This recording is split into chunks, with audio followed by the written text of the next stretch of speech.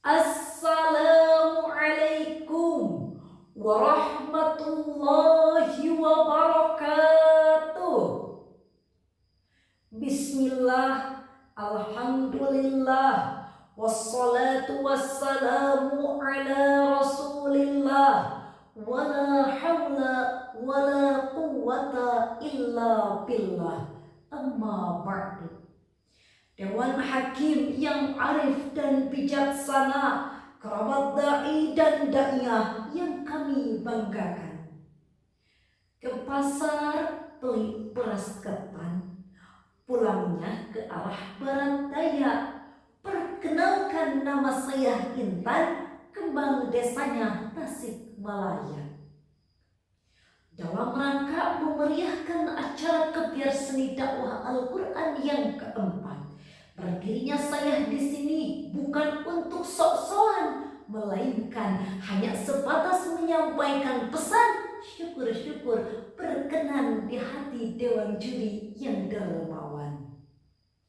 Hadirin yang berbahagia, tanpa saya bertanya kepada teman-teman, tanpa saya melakukan sebuah penelitian, dan tanpa saya menggerakkan kaki dan tangan, saya dapat memastikan bahwa perkembangan zaman merupakan sebuah hal yang tak dapat terelakkan. Dan semua ini telah tercantum di dalam sebuah istilah yang disebut dengan disrupsi. Maka lalu timbul sebuah pertanyaan, apakah Islam masih pantas dijadikan sebagai keyakinan? Dan apakah Al-Quran masih pantas dijadikan sebagai solusi dan pedoman di tengah maraknya perubahan zaman ini? Maka dari itu, saya akan mengulas sedikit melalui pidato ini dengan judul Eksistensi Al-Quran di Tengah Arus Perkembangan Zaman. Hadirin yang berbahagia, telah kita ketahui bersama bahwa kita hidup di zaman yang penuh dengan huru-hara, penuh dengan konflik yang tak kunjung reda, dan penuh dengan guncangan-guncangan teknologi yang berbahaya. Maka tak jarang kita banyak menemukan orang-orang yang mulai tak peduli terhadap agama. Mereka menganggap Al-Quran telah punah dan tak ada gunanya. Bahkan Al-Quran hanya dianggap sebagai lembaran kertas yang penuh dengan khayalan belaka. Bukan hanya itu, pada tanggal 30 Juli 2023, Al-Quran diinjak-injak dan dibakar oleh warga Swedia. Hal ini menunjukkan ketidakpahaman mereka terhadap eksistensi dari Al-Quran. Padahal kalau kita teliti lebih dalam lagi, Al-Quran merupakan kitab suci yang penuh dengan penemuan-penemuan ilmiah yang telah tercatat rapih di dalam Al-Quran. Seperti api di dasar laut, sungai di dasar laut, sidik jari manusia, bahkan ledakan besar yang sering kita sebut sebagai Big Bang.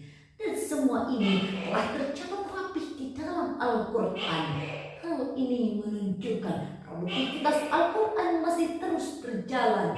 Al-Quran bukan hanya berlaku pada zaman-zaman tertentu, melainkan Al-Quran sholihun likulli zaman wa makan.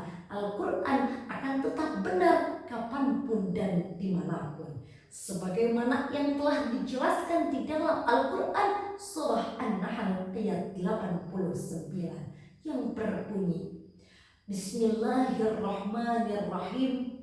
Wa nazzalna 'alaikal kitaba tibyanan likulli syai'in wa hudan wa rahmatan wa busyra lil muslimin. Dan kami turunkan Al-Quran kepadamu untuk menjelaskan segala sesuatu sebagai petunjuk, rahmat, dan kabar gembira bagi orang-orang muslim. Hadirin yang berbahagia, lafaz tibyanan di dalam ayat tersebut berbentuk nakirah dan menunjukkan keumuman. Hal ini menandakan bahwa Al-Quran bukan hanya menjadi penjelas pada masalah-masalah tertentu, melainkan Al-Quran menjadi penjelas dari segala permasalahan yang ada dari zaman sekarang ataupun zaman yang telah lalu. Hadirin yang berbahagia, adapun benang merah yang dapat kita tarik sebagai kesimpulan adalah sebanyak apapun dan sebesar apapun permasalahan yang terjadi di dunia ini, maka tidak sedikit pun orang yang dapat meredupkan eksistensi dari Al-Quran. Tidak sedikit pun orang yang dapat menjadikan Al-Quran sebagai barang yang kadaluarsa. Akan tetapi Al-Quran akan tetap indah dengan diksi-diksinya.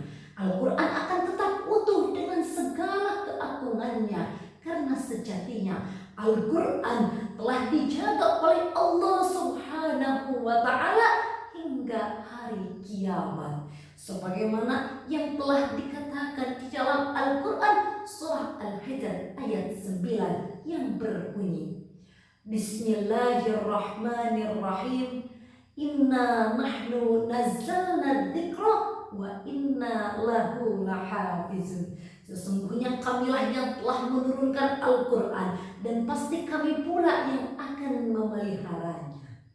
Profesor Dr. Muhammad Sulaiman Al-Ashqar, seorang modaris di Universitas Islam Madinah, di dalam kitabnya Zubdatut Tafsir bin Fathil Qadir menjelaskan ayat tersebut merupakan janji Allah untuk menjaga Al-Quran dari segala bentuk pengurangan, penambahan, pergantian, bahkan dari segala bentuk yang tidak layak baginya. Oleh karena itu, marilah kita jadikan Al-Quran sebagai benteng pertahanan untuk menghadapi perubahan zaman. Karena dengan Al-Quran, diri kita akan menjadi aman, damai, sentosa dari godaan zaman dan dari segala yang dapat menghancurkan iman.